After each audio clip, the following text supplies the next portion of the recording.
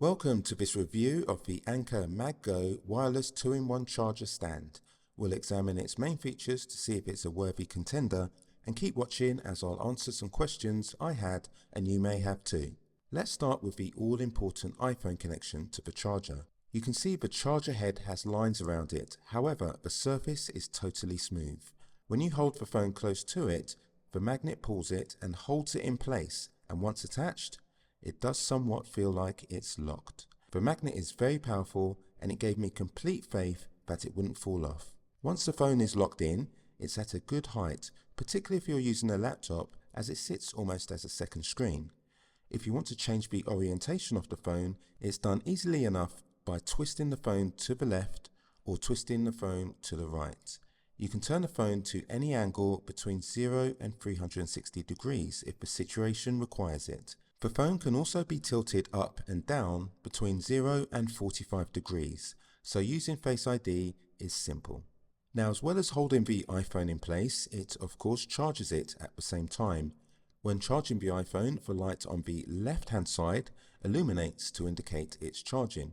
The Anker MagGo uses Qi 2 to deliver an impressive 15 watts of power to your iPhone to get your battery out of yellow and into green and charged up as quickly as possible. Being a dual charger, you can also charge compatible AirPods on the slight indentation underneath. The tray-like space is more of an indicator as to where to put the AirPods rather than a functional tray, as they are not held in position by it and they will slide off with just a nudge. Nonetheless, they receive a healthy 5 watts of charge, and while charging, the light on the right-hand side of the base lights up. There's also enough room between the iPhone and the AirPods case that the iPhone can still swivel from left to right without knocking the case. When it comes to releasing the phone, I've found two ways which work best.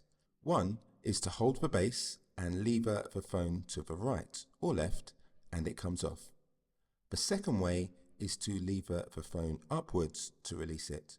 With this method, you can do it with one hand and you don't need to hold the base. When you unbox the Anker MagGo, you get the charger base and a USB-C cable. A charging brick wasn't supplied, and it's advised to use a plug which has a throughput of at least 30 watts, so it can pass on the charging power to the two devices. The USB-C cable connects to the back of the charger and the other end to the aforementioned plug. The base itself is heavy and it reassured me that the iPhone wouldn't topple over from a slight knock. The base itself has a rubber ring running around the outside, and when it sits on a desk or table, it gives a really grippy contact, which in combination with the base's weight, gives an added layer of security when your device is connected. And now to answer a couple of questions I had, and maybe you do too. Can you use this stand with a MagSafe case? Yes, you can, and the magnetic connection is just as strong. Can you use it with an Android phone? Yes, you can, provided you have a case which works with MagSafe. Can you use the stand with the power turned off? Yes, you can. The MagSafe magnet works whether there is charge or not. Is the stem collapsible or adjustable if you need to take it somewhere? Unfortunately, no. The stem is fixed. When charging both devices, does the 5 watts for the AirPods subtract from the 15 watts the iPhone receives? No. Thankfully, they're independent of each other. Your iPhone will receive 15 watts, your AirPods 5 watts, regardless if it's one or both charging at the same time. So in conclusion, the stand has great stability and the magnet is very strong. It delivers good charging speed with Qi 2 at 15 watts for the iPhone and 5 watts for the AirPods. Add to this the high level of build quality, and overall, this is a very good twin device charger.